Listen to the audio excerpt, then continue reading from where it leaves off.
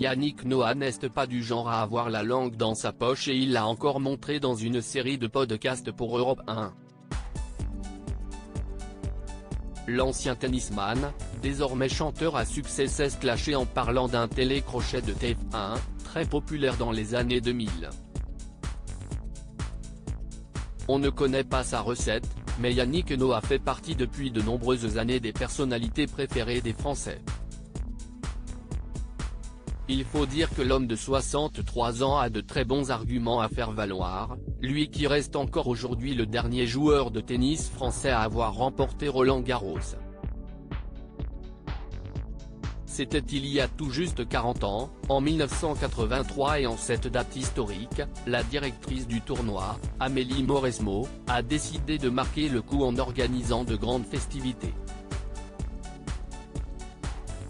Star de la journée, l'ancien sportif a offert un concert devant une foule conquise dans laquelle se trouvaient notamment 3 de ses 5 enfants, Joachim, Jeunet et Joa Lucas.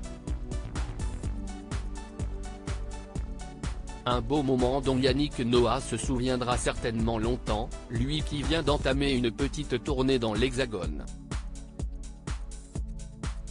Après sa brillante carrière de tennisman, l'ex-d'Isabelle Camus s'est tourné avec succès vers la musique et on ne compte plus ses tubes. De Saga Africa en passant par les Lions et aux Arbres Citoyens, le natif de Sedan, Ardennes, est un chanteur très populaire et qui n'a pas de difficulté à remplir de grandes salles. Installé au Cameroun depuis plusieurs années maintenant, le champion a longtemps habité en France et il a, comme beaucoup de chanteurs populaires, participé à des émissions de télévision, pour faire la promotion de sa musique ou de ses projets. Dans le podcast Yannick Noah, Entre vous et moi, diffusé par Europe 1, le chanteur évoque notamment sa participation à l'une des émissions phares de TF1 et ses propos sont assez surprenants. J'avais l'impression parfois d'être à la limite de la prostitution. Mais un jour, il s'est passé quelque chose.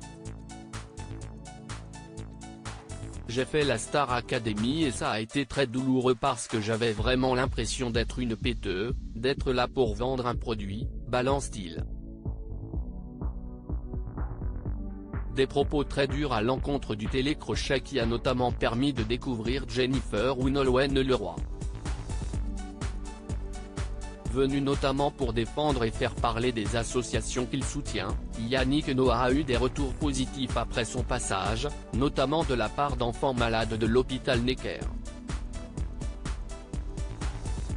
Du coup la Star Academy, que j'ai refaite après, j'avais une raison de la faire.